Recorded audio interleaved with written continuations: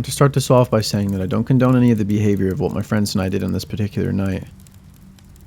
I'm well aware that this whole thing could have been avoided had my friends and I not have been such dumbasses. I made a huge mistake as well. It was midsummer, like the second week of August to be exact. My parents were gone for the weekend for some wedding out of town, and I had the house to myself. As a 17-year-old, I was pretty happy about being alone for the weekend. My parents trusted me too, because I wasn't really the type of kid to get into trouble, really. I mean, I had a few screw-ups here and there at school, but nothing major. I didn't smoke or drink at all, and neither did most of my friends. But this night was different. It all started out as a normal night of me playing on my Xbox with my friends, when one of them mentioned that we should sneak out. I wasn't necessarily opposed to this idea, but I wasn't really fond of it, nor was I that interested. It didn't sound like much fun to me. What were we going to do anyway? Walk around outside? Then what, you know? That's when Elias mentioned we should do something a little crazy. There was this house down the street that was abandoned, or so we thought at the time. We weren't 100% sure. Some weird girl that used to ride our bus for years lived there, but they must have moved out because one day she stopped getting on the bus.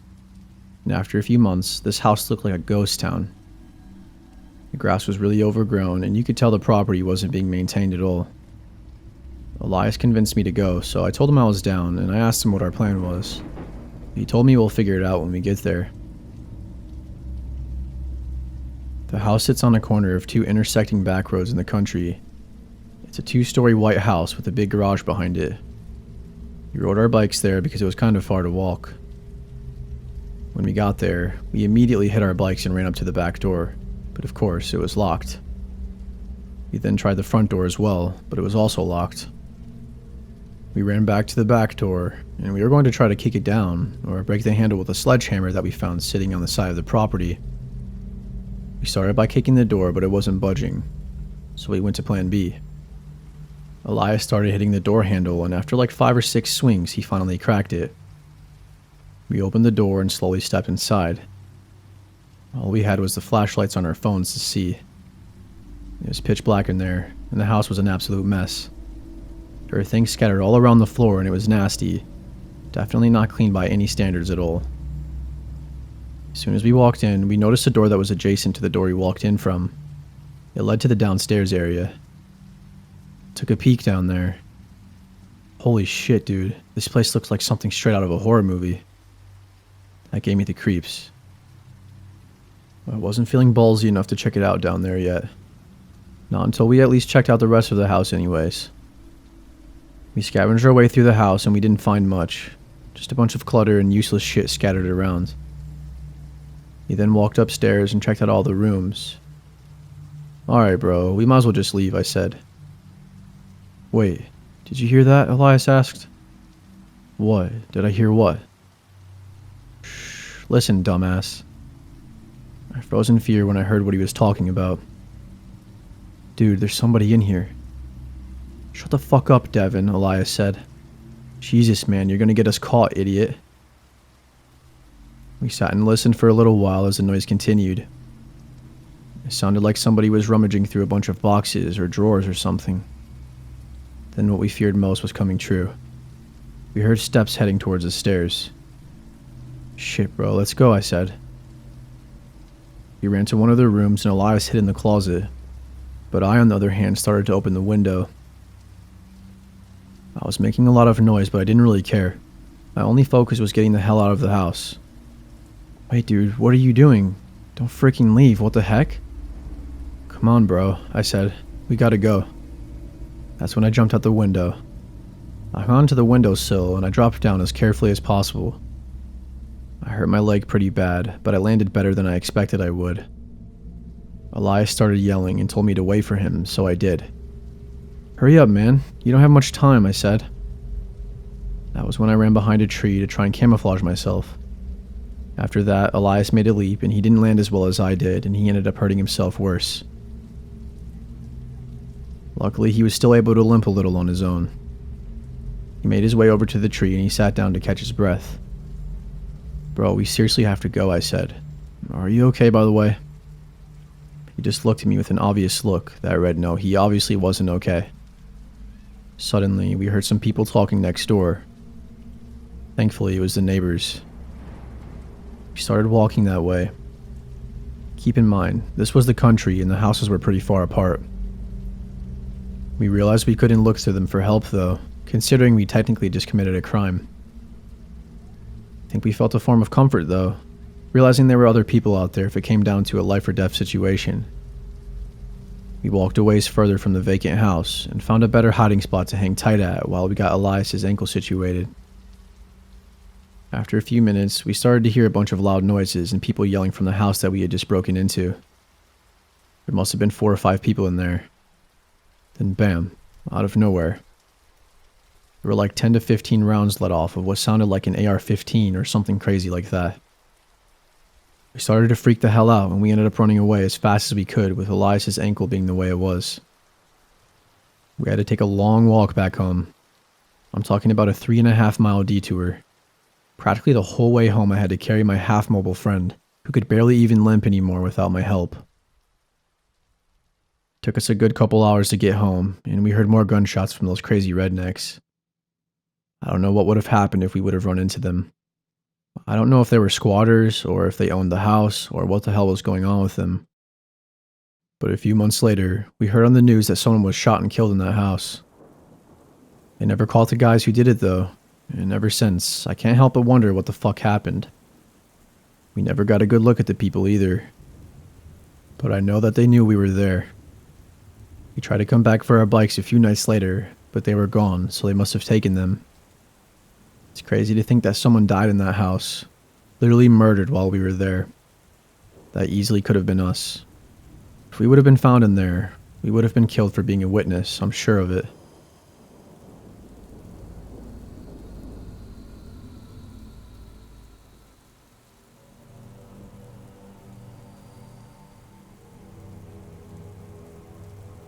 I, female 23, was recently in Africa on vacation with my family, and we stayed 2 nights at a desert camp in the Sahara. The first night, my sister and I were talking about hanging out with the guys who worked there, who were all probably around ages 20 to 35. Seemed like they were just very friendly and harmless. I noticed at the campfire that night that one of the guys started paying more attention to me, and I felt a little uncomfortable by it, but I figured it was just a language barrier or something. So out in the desert, you can see the stars really well, and even the Milky Way on clear nights. But you have to wait for the moon to go down, which is around 2 a.m. I guess it's a normal thing for the guys to come around to the tents, which are luxury tents, furnished with beds, lights, a toilet, and shower as well as a lock on the doors, so not normal camping. I guess it was normal for them to come and knock on the door to see if you were awake and want to come look at the stars. My sister and I were sharing a tent, and my parents were in a separate one across the walkway. The first night around midnight, I told my sister I was too tired to go out because I was falling asleep, so she left to look at the stars without me, and I didn't lock the door because I didn't want her to get locked out if I fell asleep.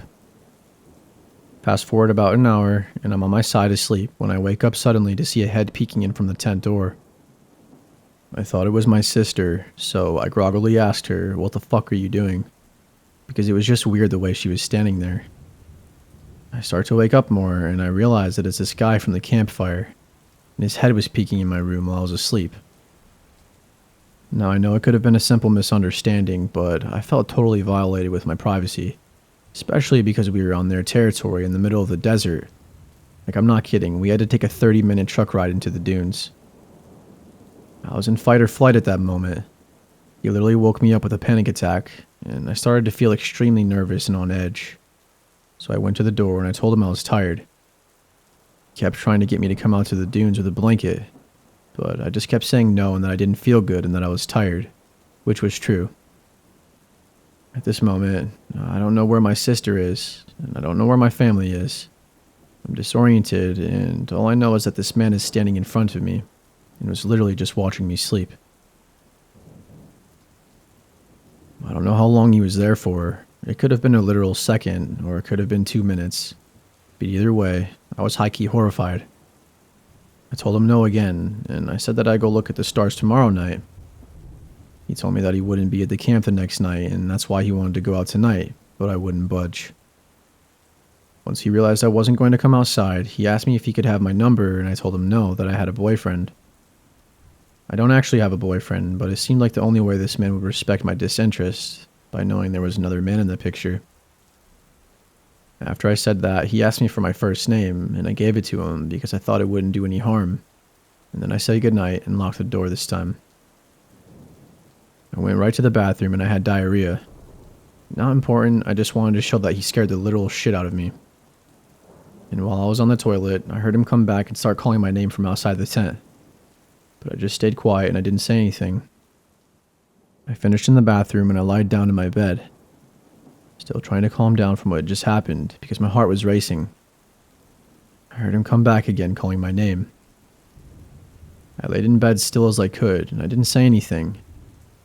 I tried texting my dad, but he wasn't answering and I didn't feel comfortable leaving the tent. Finally, my sister came back and my dad was with her, so I told them what just happened, and they were confused, and they thought it was weird, and that was kind of it. The next day I brought it up at breakfast again, and my sister and dad basically told me I was being dramatic, and that I should just stop talking about it already, and that it wasn't that big of a deal. My mom was the only one who agreed with me that it was weird. The second night my sister and I were both out under the stars, talking to the guys and relaxing. Keep in mind, it's very dark and you can't see any faces, so I was having a normal convo with this one guy. I couldn't see him, but all was well.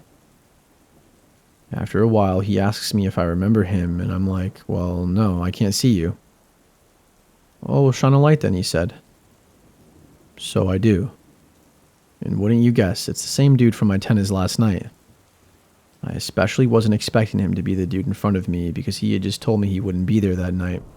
Which leads me to believe he picked up a shift just to see me, but I can't be too sure. Either that or he was lying about not being there the next night in an attempt to get me out there with him. But surprisingly, he was fine that night and he respected my boundaries, so I didn't say anything to the guys who ran the camp. However, I was planning on doing so if he did anything remotely that made me uncomfortable, but he didn't. The next morning we left the area, and a few days later I started getting message requests on Instagram. Would you believe that this guy found me?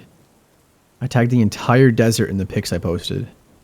Like you're telling me he found me based on my name and a location. Not even a specific location, an entire desert. And my name isn't unique either. Anyway, he messages me, and although I'm creeped out, I'm also thinking, okay, well, now he's harmless, I might as well see what he says.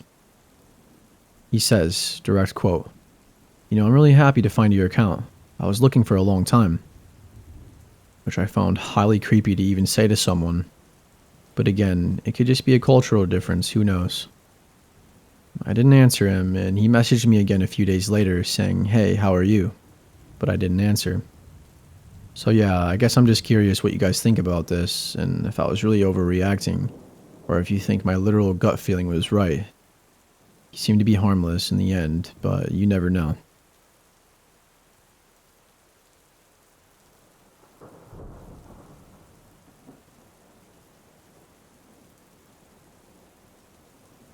This whole situation started when I was a teenager. I am now in my late 20s and I'm a woman. It was one small conversation that I had completely forgotten about until 2 years ago.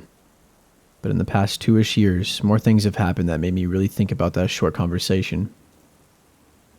I was about 13, and my mom and I had just moved back in with my grandma, where my uncle was already living. And at the time, his friend was living with us as well. He was only staying for a few months. I never knew why, I just knew he was staying there. One day, while the friend was out of the house, my uncle sat me down and told me he didn't want me to be alone with his friend, and that I needed to call him if I found myself alone with his friend. Only about a week after my mom and I moved in, my uncle kicked his friend out. I was young and I didn't think much about the conversation, and I had completely forgotten about it. About 2 years ago, my uncle very suddenly and unexpectedly passed away. And after he passed, his friend came back into my grandma's life. I think my grandma kind of used my uncle's friend as a replacement for my uncle. And at first, everything seemed fine. But after a few visits, I started feeling weird around him and I didn't know why. And I remembered that conversation my uncle had with me.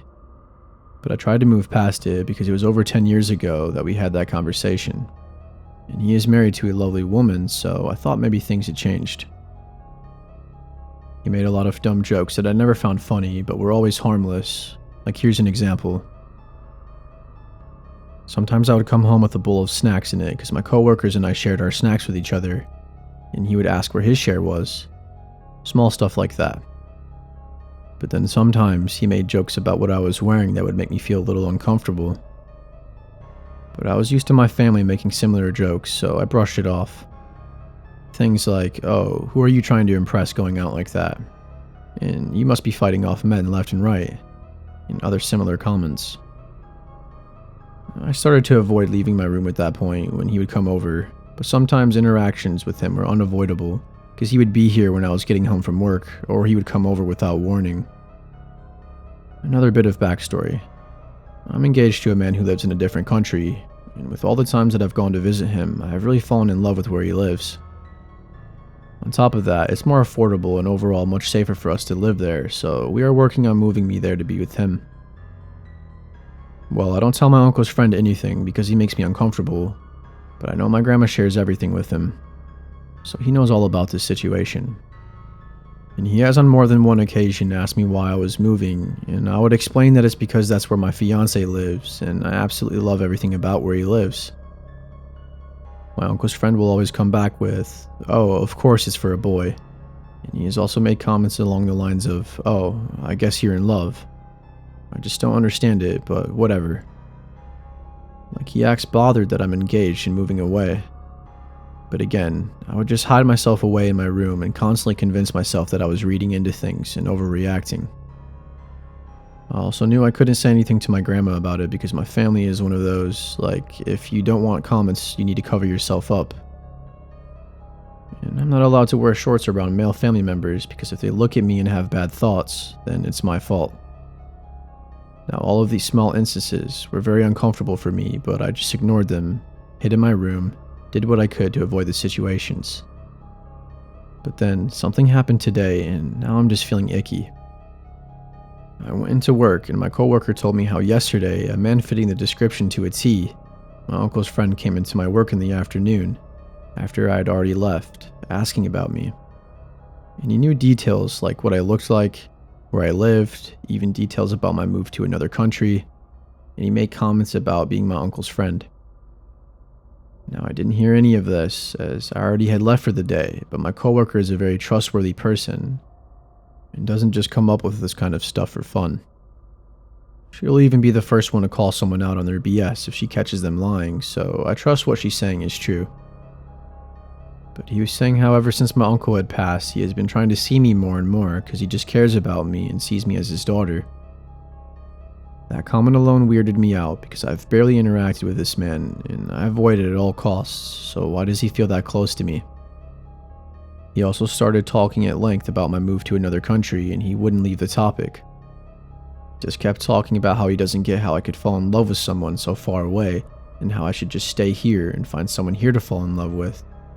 He was making other comments basically about how he doesn't approve of my move to be with my fiancé. This man is weirdly obsessed with me. I never told him where I worked, but I know my grandma probably did.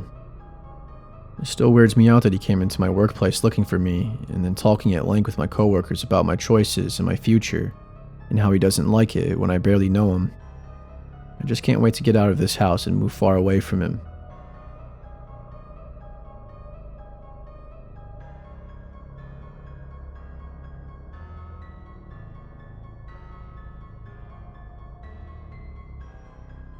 So this story took place when I was 12. It is more than half my lifespan ago, but I still get really uneasy when thinking back to it. I tried to block it from my mind and not guess as to what could have happened if it wasn't for the two kind strangers that helped me. I was walking home from school one day. It was a 4-kilometer walk along a busy road.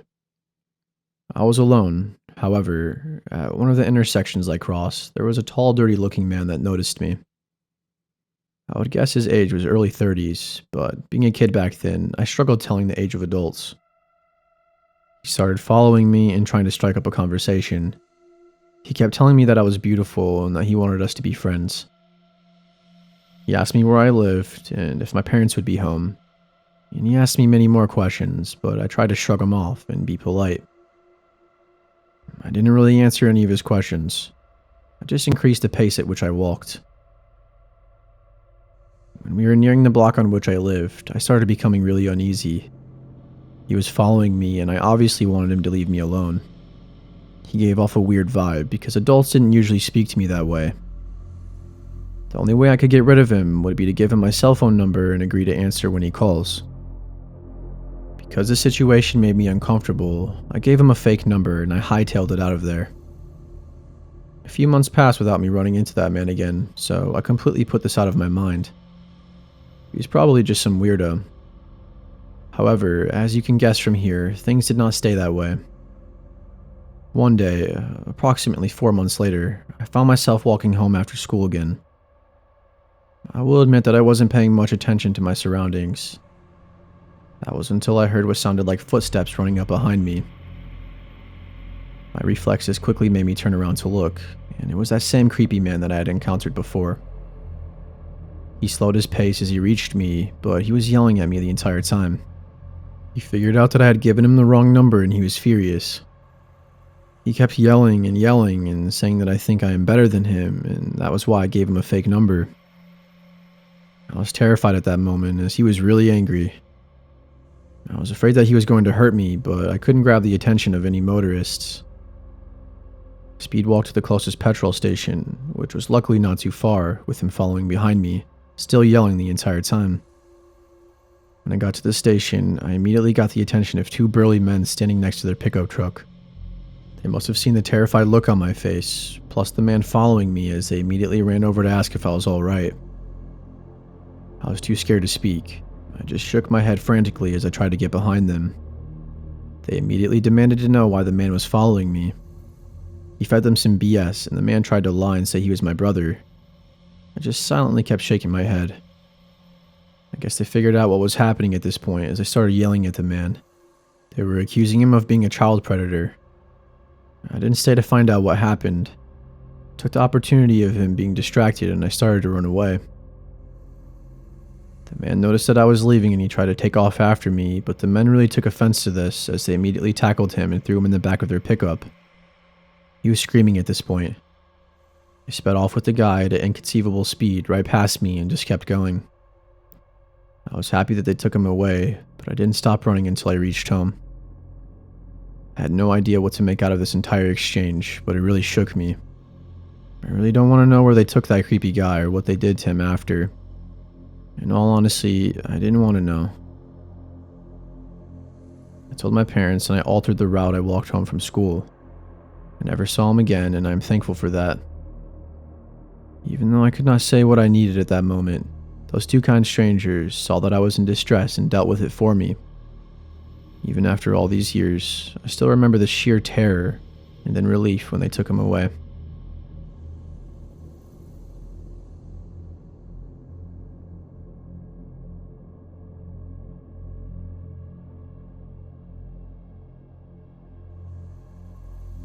So I'm going to tell you the story of my brief encounter with a man called Happy. I'm sure it wasn't his real birth name, but it adds to the creepy ambience of the story. Even though it happened around 9 years ago, sometimes he still crosses my mind. Especially on gloomy overcast days in LA, just like the day I met Happy.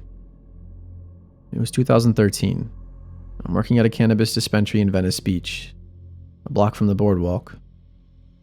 A good 35% of our patrons were unhoused people.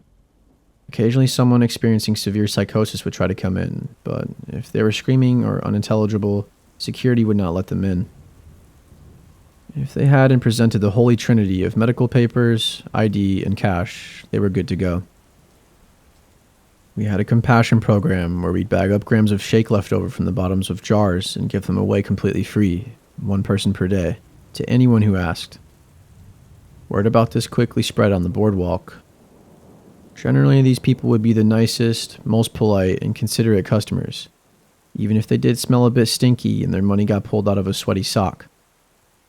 No one working there would ever bat an eye if someone came in smelling like they had just slept on the beach for a week next to a bottle of vodka, as long as they just calmly buy their weed and be on their way like any other customer. It was a foggy and chilly day around the holidays, sometime between Thanksgiving and Christmas.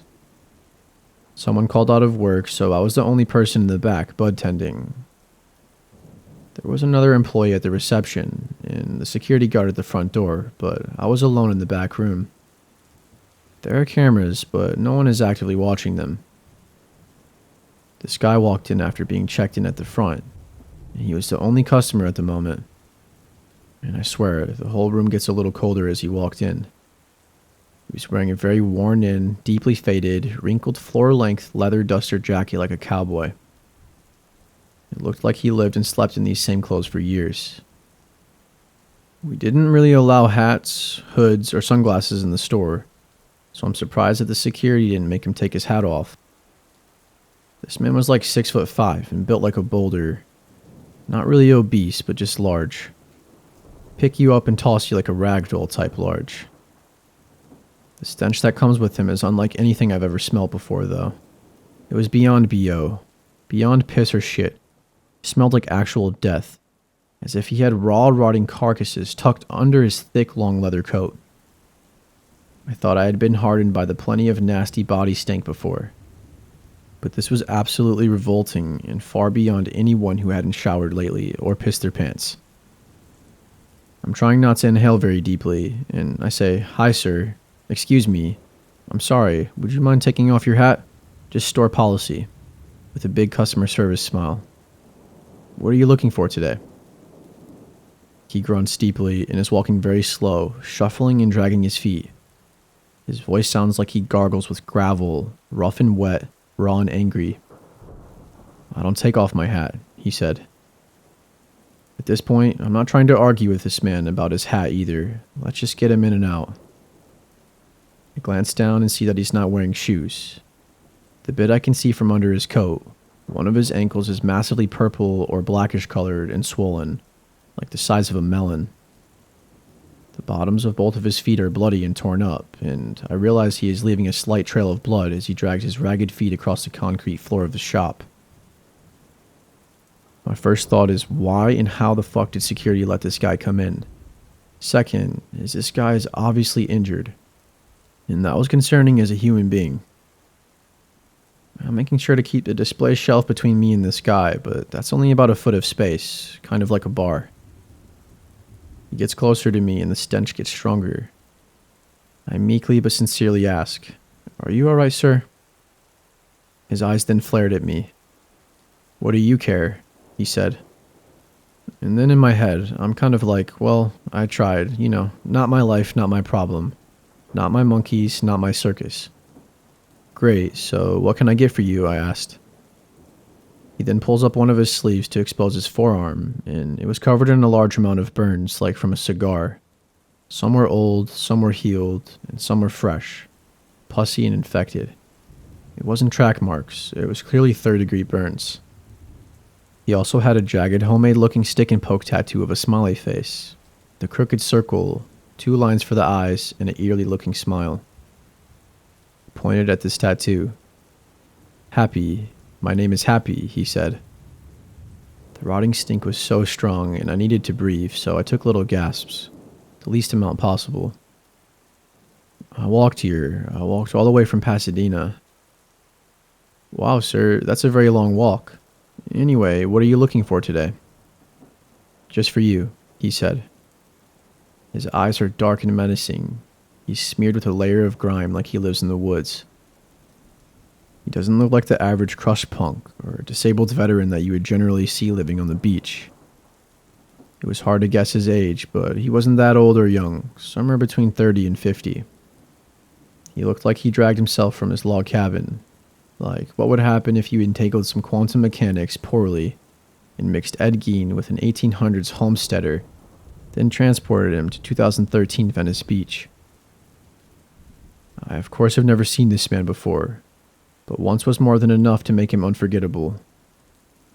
He kept staring at me, and I move as far back as I can to the wall, hopefully out of his grasp if he lunged.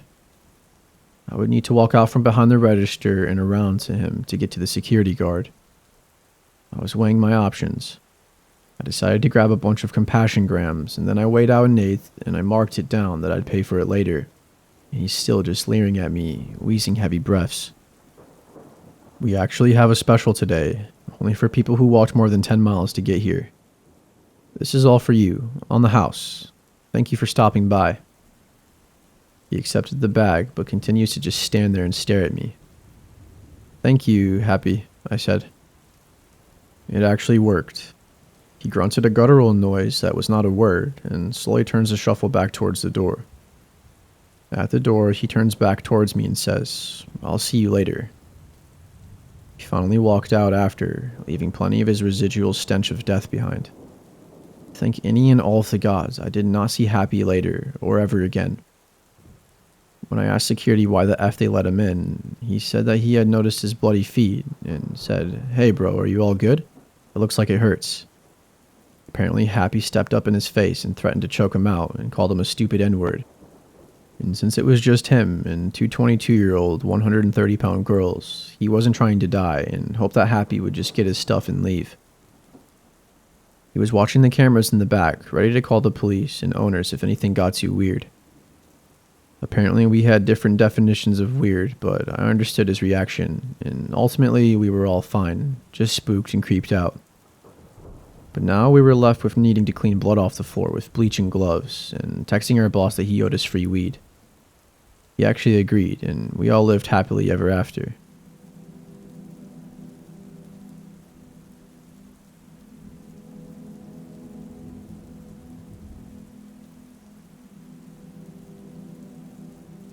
About 10 years ago, a few of my buddies and I went on a short-lived camping and fishing trip in a pretty remote lake, a few hours from our small town.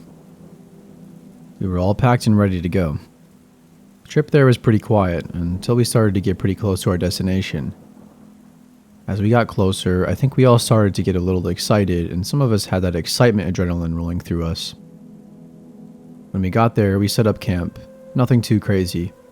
We only had 2 tents between the 4 of us and our own backpacks with what we needed for the weekend. After getting settled in, we grabbed all of our fishing gear, a shit ton of beer, and headed off to the lake to try our luck with fishing.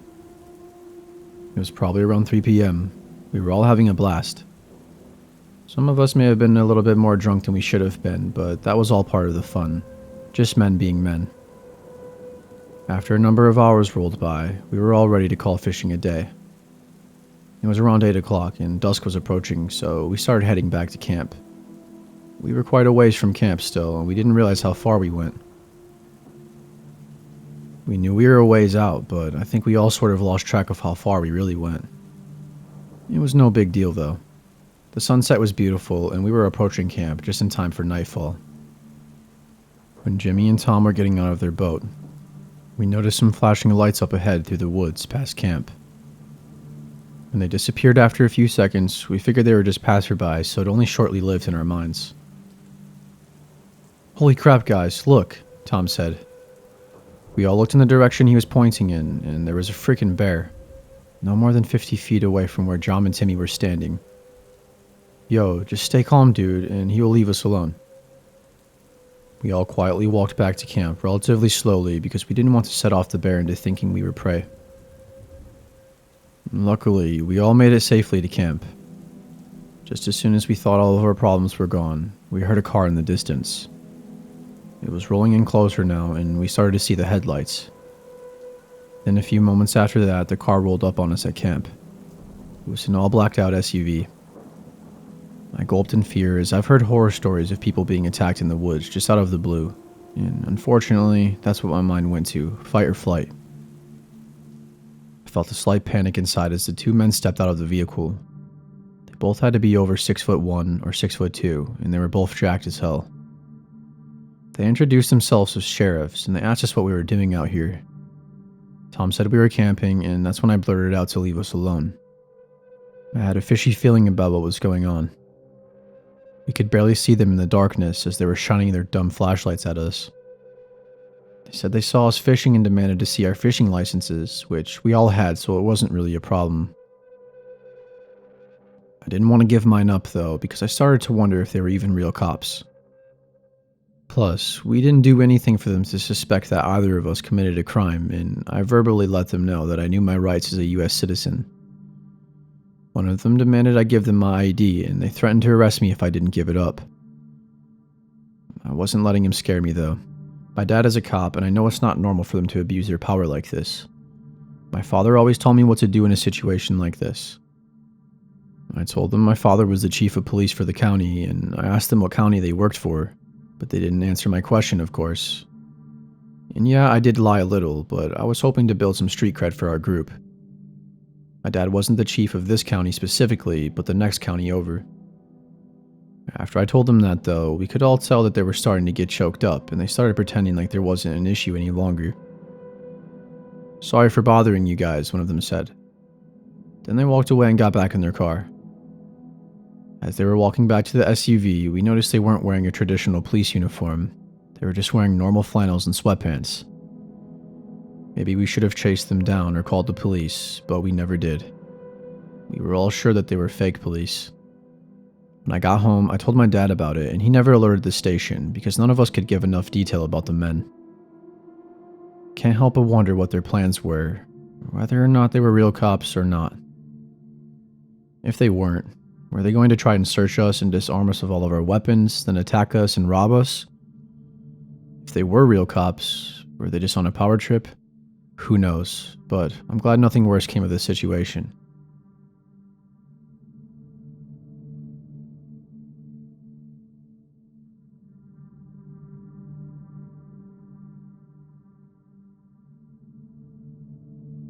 I've hesitated to share this story for a long time, because I know how important the mutual trust between a resident and their landlord or maintenance staff is, and I don't want to instill any unnecessary distrust in anyone's landlord.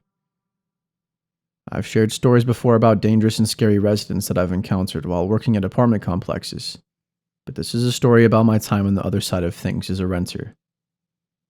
Before I had even graduated from high school, I knew I wanted to live at Paradise Apartments. I was a bit naive at the time, drawn in by the many amenities that I would never use, but I primarily wanted to live there because the complex was pet-friendly and within my small budget. When the time eventually came for me to get my own place, I got the only apartment they had available and I moved in. Unfortunately, I came to realize the apartment wasn't as nice as I had originally thought. The building was old but remodeled, so it had all the typical plumbing issues and thin walls. I also learned it was not the safest part of town. I was primarily an online student, but I had one class that met in person twice a week around 8 a.m. I am a bit of a homebody, so I rarely left during the day, except for that class, the occasional shopping trip, or to spend time with my boyfriend in the evening after he got off work. My apartment was a bit of a Bermuda Triangle.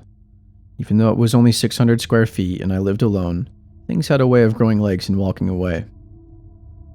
I had 2 kittens at the time, and I blamed them often for things disappearing. Something odd that kept recurring, however, was that I'd find my underwear box out and sitting in the center of my bedroom floor on days when I had class.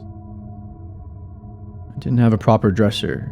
Instead, I was using an IKEA shelf with some IKEA boxes for designated clothes, like socks, underwear, pants, and pajamas. I always could have sworn I'd put the underwear box right away after getting ready for class, but I chalked it up to me forgetting as a result of having to get up early and being focused on getting to class on time. Arguably paranoid, I started to think that some of my laundry was disappearing as well.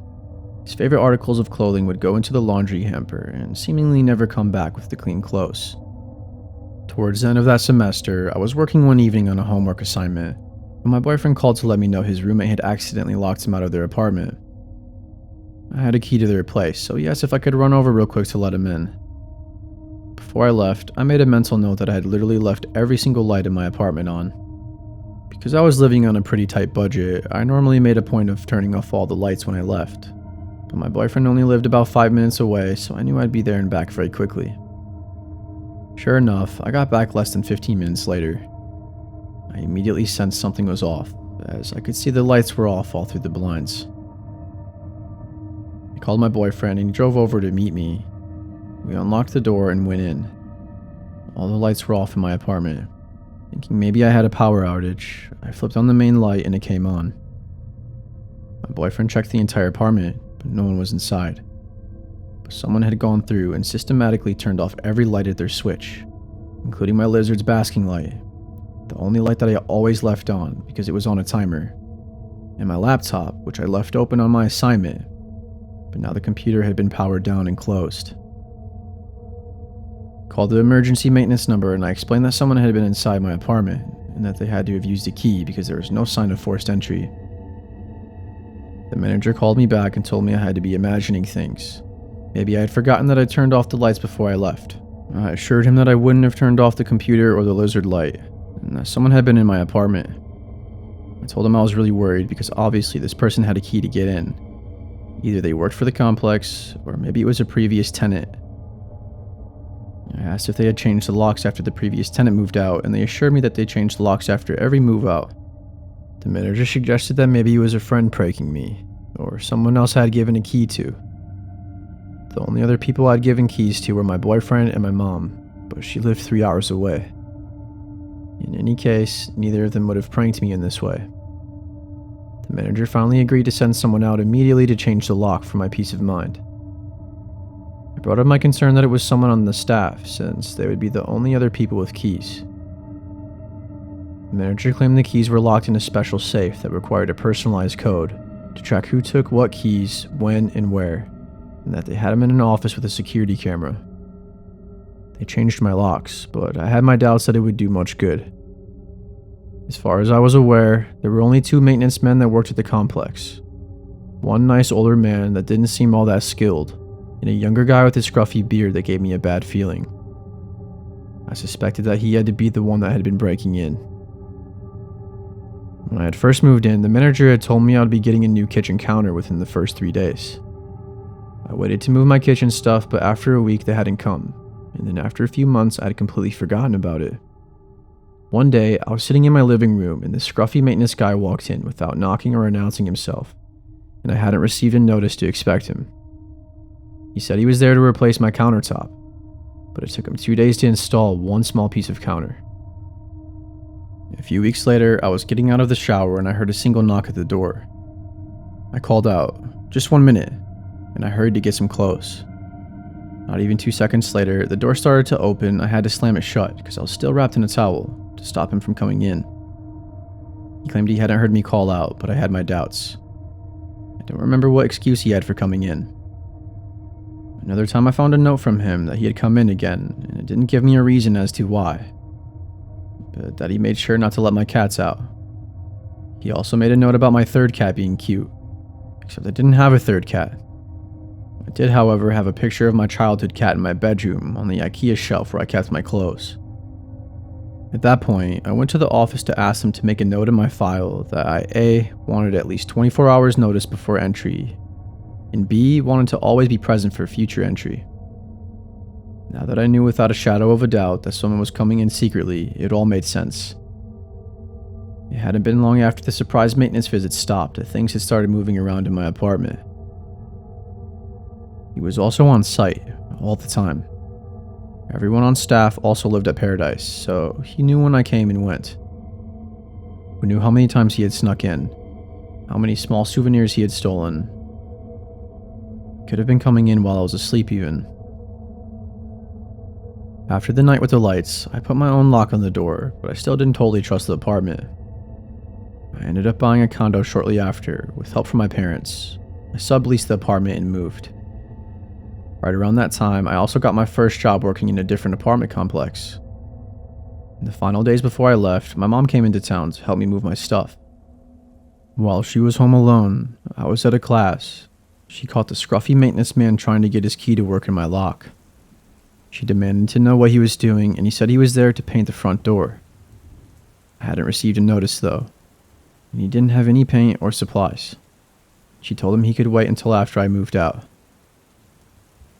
A few years later, I was stopped by the owner of Paradise Apartments while working at another complex in town called OK Apartments. So basically, shopping is when an employee from another apartment complex takes a tour at another apartment complex under the guise of wanting an apartment for the purpose of gaining information that they might not otherwise easily give up. It can also be performed by your own management company to make sure that you're doing a good job. There were certain tells a shopper always gave, like asking specifically worded questions. Is it safe here? I'm a felon, can I live here? You know, ones that required specifically worded answers and were easy to trip up on. being too wealthy for the complex, Rolex watch, sports car, nice suit, etc., and being too flexible on what they were interested in. They were interested in all the layouts, and they were open to move in whenever. This guy seemed too old and too well off to be randomly considering an apartment at OK, as we were geared towards lower income folks. While I was giving the tour, he asked if I had any opinions on other apartment complexes in town, and mentioned Paradise specifically. Normally I wouldn't badmouth any other complexes. I preferred to win them over by showing them the positives of our community. But I told him that I probably wasn't the best person to answer that question, because I was probably the only person to give Paradise a bad review in the last 5 years. He asked me to elaborate, and I told him my apartment had been broken into, and I suspected it was someone on their maintenance staff. At that point, he revealed that he was the owner of Paradise, and that he was very disturbed to hear I had this experience. He asked me to describe the maintenance man in detail. I assured him it was in the past and that I was over it, but he insisted on calling the manager over at Paradise, which was still the same guy, to ask him over speakerphone if they had any issues with the maintenance staff back in the year I lived there. He answered yes, that there had been a scruffy young maintenance man he had to fire because he had been caught multiple times breaking into the apartments of single women. Satisfied now, the owner proudly told me that the issue had been resolved and asked if I would be willing to change my review. I told him no, that none of this had changed the fact that I experienced this, but I was happy he was actually able to validate what I had suspected. In the years I worked as a leasing agent, I learned a lot about where complexes will cut corners to save time and money.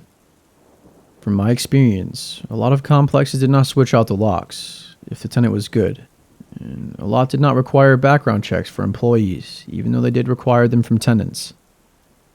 Keys also got passed out willy-nilly to vendors and maintenance during turns, and employees frequently got master keys that would open all the doors. I won't go so as far to say every complex operates this way, but every complex I worked at was doing this when I started there. Because of my own experiences, once I began managing a complex, I enforced strict rules about changing locks, tracking keys, posting proper notices, and requiring background checks for all employees and tenants. At least here in Florida, with MIA's law going into effect this year, background checks for employees and security measures for keys are required for all complexes. Even still, if you're renting an apartment, stay diligent. If you have a reason to believe someone is coming into your home, you should document it and let the staff or police or your friends and family know. You never know who might have a key to your apartment.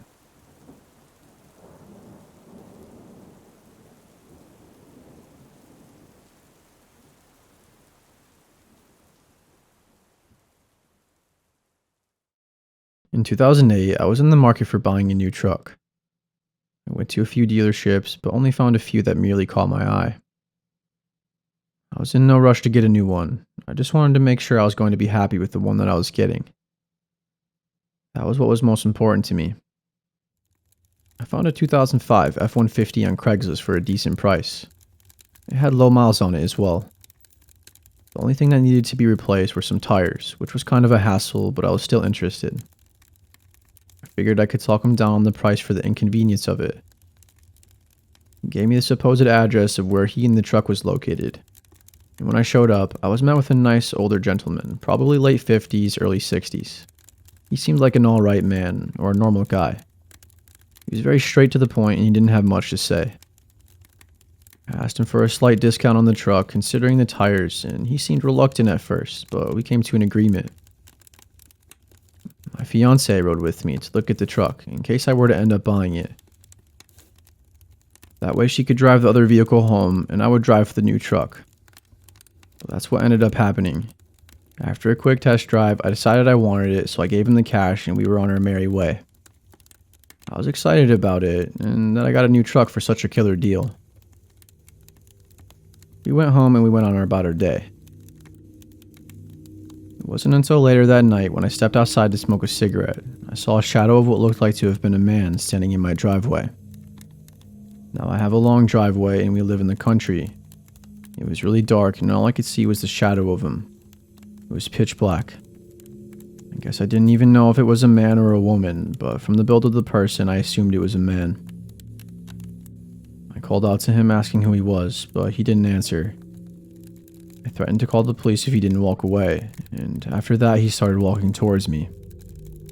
I ran inside quickly and I told my wife to call the police and to let them know that there was an unknown man in our driveway.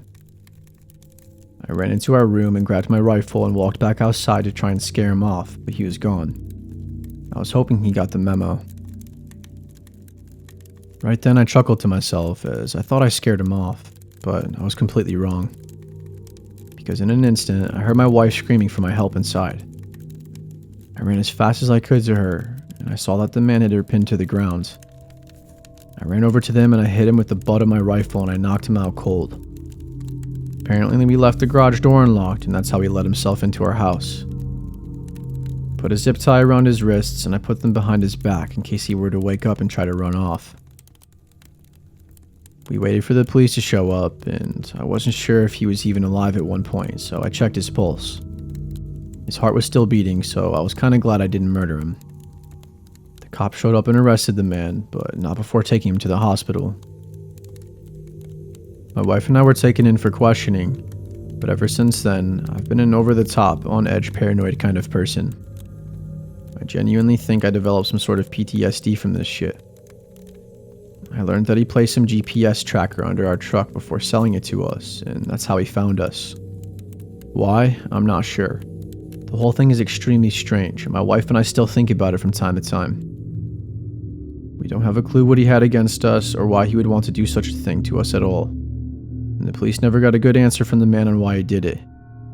It's clear there was something mentally wrong with him, but still, what compels a man to be violent like that for no reason? He's honestly lucky he walked out of my house alive after grabbing my wife like that, just saying.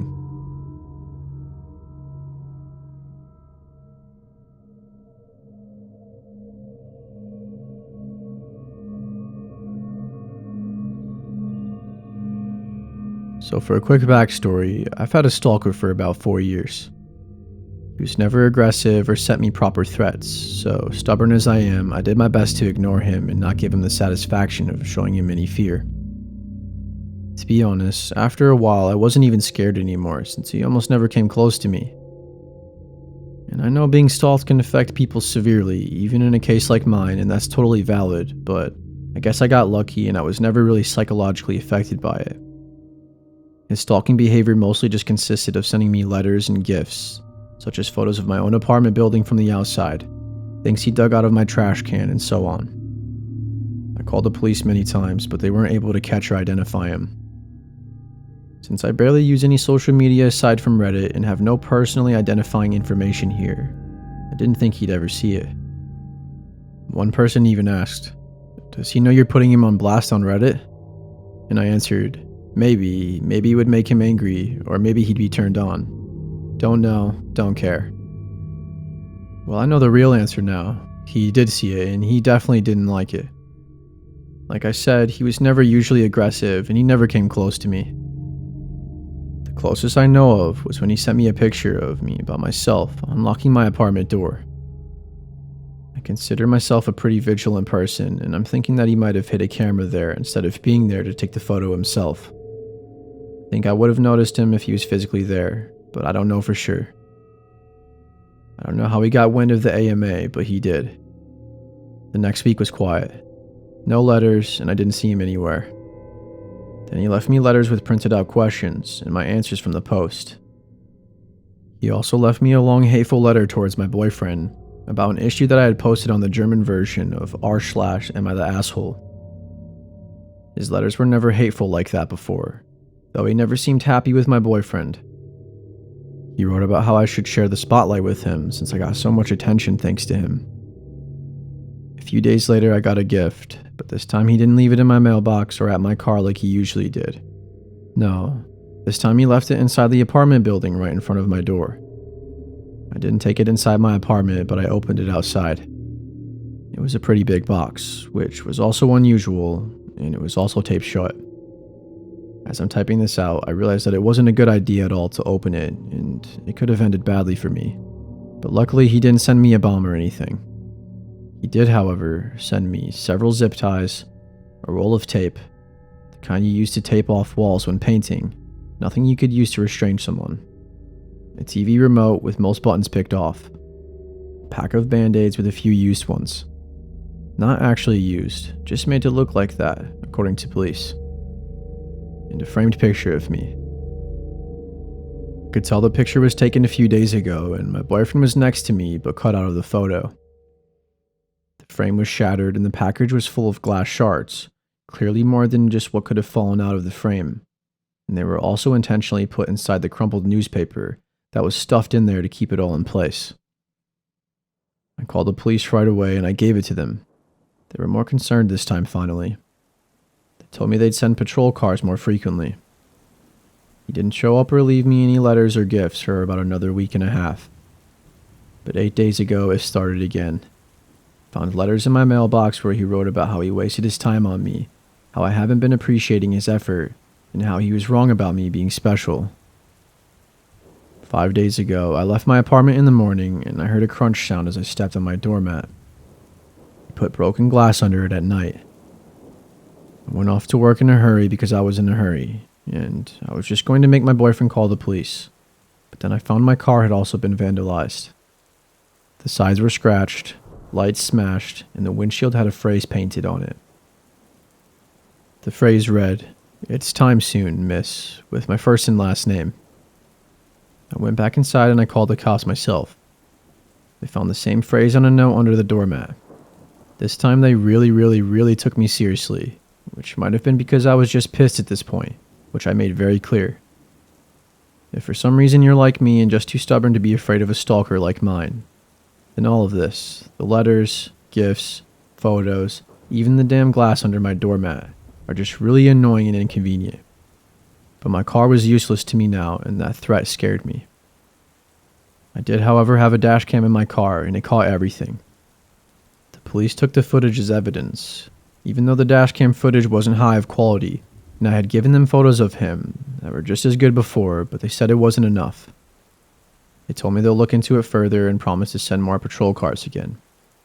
Then it was quiet for 2 more days. Until 2 days ago, someone rang the doorbell just after 4 a.m. My boyfriend and I got up, but we were both hesitant. I saw blue lights outside, and just as I got up, I heard them shouting, "This is the police, open the door." They told us they were called by one of our downstairs neighbors who came home from his night shift about an hour earlier and heard someone else enter the building after them, before their door was fully shut. My neighbors know of my situation, and I've asked them to make sure they don't let strangers into the building before. This neighbor then went into his apartment and looked through the peephole. We have motion-activated lights in the stairway, so he waited to see if they turned back on, and they did. Then he saw a middle-aged man walk upstairs. Above this neighbor are only me and my boyfriend, and a single mom with 3 kids who probably won't be getting any visitors at 3 a.m. They came and found my stalker 1/2 floor above me on the stairs. You should have been able to see the cop car since there's a little window up there. They had their lights on, but he either missed them or he wanted to get caught. They found a pocket knife on him, and he confessed to being my stalker right away. He's finally caught. They got him. It took 4 years, a provocative Reddit post, and one very vigilant and caring neighbor, but he's finally done. For now, at least. He's facing several charges, and I've collected every single piece of evidence over the past 4 years. I don't know what kind of outcome I can expect, but for now I finally got some peace.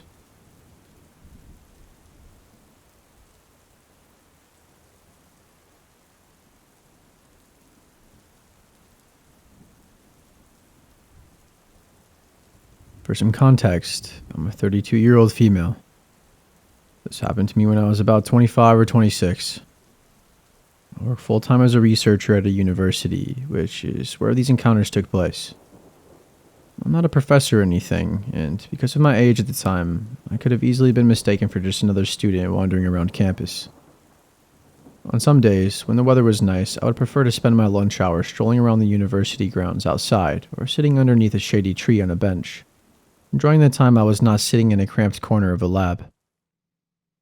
On one of these days, I was sitting on a bench enjoying the fresh air, and a male student walking by asked if he could sit next to me. I'm a pretty shy and awkward kind of person, so even though I would really have preferred sitting alone, I said sure. He initiated simple conversation, to which I obliged, but being careful not to be too forthcoming.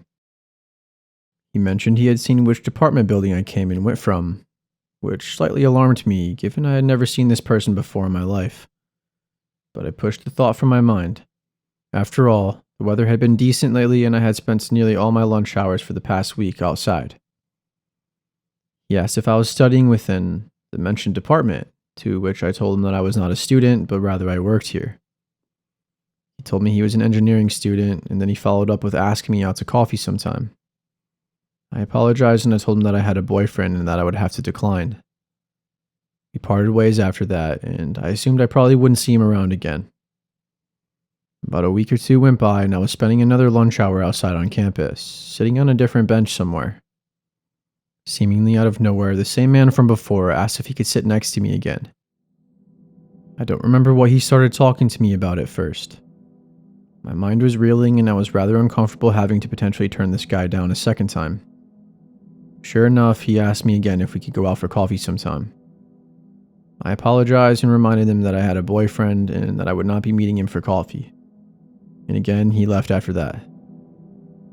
I was feeling rather anxious now, but it still hadn't reached a level where I felt like I had to be too concerned. A few days later, I had finished work and I was leaving the building to walk to where I had parked my car. The university charges a fortune for parking passes, even if you're employed by them, so I had always opted for free street parking about a 10-minute walk away from campus. My walking route would take me down several quiet residential streets with minimal car traffic. Even pedestrian traffic was pretty sparse on the busiest of days. It wasn't until I was about halfway to my car, down one of these quiet back streets, that I noticed someone walking directly across the street from me, but keeping a few paces behind. I noticed him from my peripheral vision, and I didn't want to flat out turn around to stare at him. I mean, it wasn't uncommon to see someone else by any means. I was just always trying to be aware of my surroundings when walking the streets alone. I had to make a few turns coming up anyways, and the chance that they would be going the same way as me was slim. But he did. He made all the turns that I did, still walking on the sidewalk across from me, a few steps behind. I still did not want to look at whoever it was. I didn't want him to know that I was aware of what I thought he was doing. I quickened my pace to a speedy walk. I was approaching the first of the two busier streets before I would reach my car. His pace quickened to keep up with me. That was the moment I panicked. The moment I was sure that he was indeed following me. After that, I started a full-out jog to cross the first street of the busier streets. He ran to keep up behind me and was now on the same side of the street that I was. I was now nearly at my car, but I had to cross the last busy street and get about 100 meters, and then I would be there. But it was crossing the street that worried me. I often had to stop and wait a good minute or so before it was clear enough to do so. If this were the case, he would catch up with me. As if the stars aligned, as soon as I made it running to the busy street, I had a gap to cross. I booked it as fast as I could, finally turning around once I had made it, to look and yell at the man who had been pursuing me. It was him. I could have suspected, but now it was confirmed. It was the engineering student from who I had turned down for coffee. "Stop following me," I yelled at him across from the busy street. "Can I just talk to you?" he yelled back. I didn't even answer him. The answer should have been obvious from the start, and I was certainly never going to give my time to anyone who had just followed me and then chased me for about a kilometer. I kept moving quickly to my car, so determined to get the hell out of there that I didn't even care if he saw which car was mine. He had given up following me and never tried to cross the road too, to my relief. I got home and I broke down. I mean, worse things had happened to other people, no doubt, and I was not harmed fortunately, but I was shook. I had some anxieties walking to and from work after that. It wasn't long before a coworker and I would walk most of the distance back to our cars together after work. I even changed where I started parking for a time. A few weeks had passed since the incident, and I had not seen him around campus at all. I had started spending my lunches in the lab instead of outside, but occasionally I would go to the student center to buy lunch instead. This one particular day, the food court in the student center was packed, almost shoulder to shoulder. I was standing in line at a burger stall, and I heard a guy try and get someone's attention through the crowd. I look up, and it's him again, waving to me and trying to make his way through the people. I panicked, and even though I'm terribly shy, I started a scene and I yelled to him to leave me the fuck alone. His face dropped instantly as people stared at us, and he slinked back into the sea of students. My heart was pounding and I was shaking. I don't even remember if I ended up getting food after that. I went back to work, and from then on, I was even more focused on my surroundings than I ever was before. It's been 5 or 6 years since then, and I still work at the university. I'm so relieved to say I never saw him again after the food court, and I haven't had any other harrowing accounts on campus. I'm still diligent about being aware of my surroundings, especially when I have to walk to and from campus alone. I never asked this guy his name, so I couldn't even report an incident to the campus police or anything. All in all, I'm just glad I never saw him again, and I can only hope he never did this to any other girl before or after me.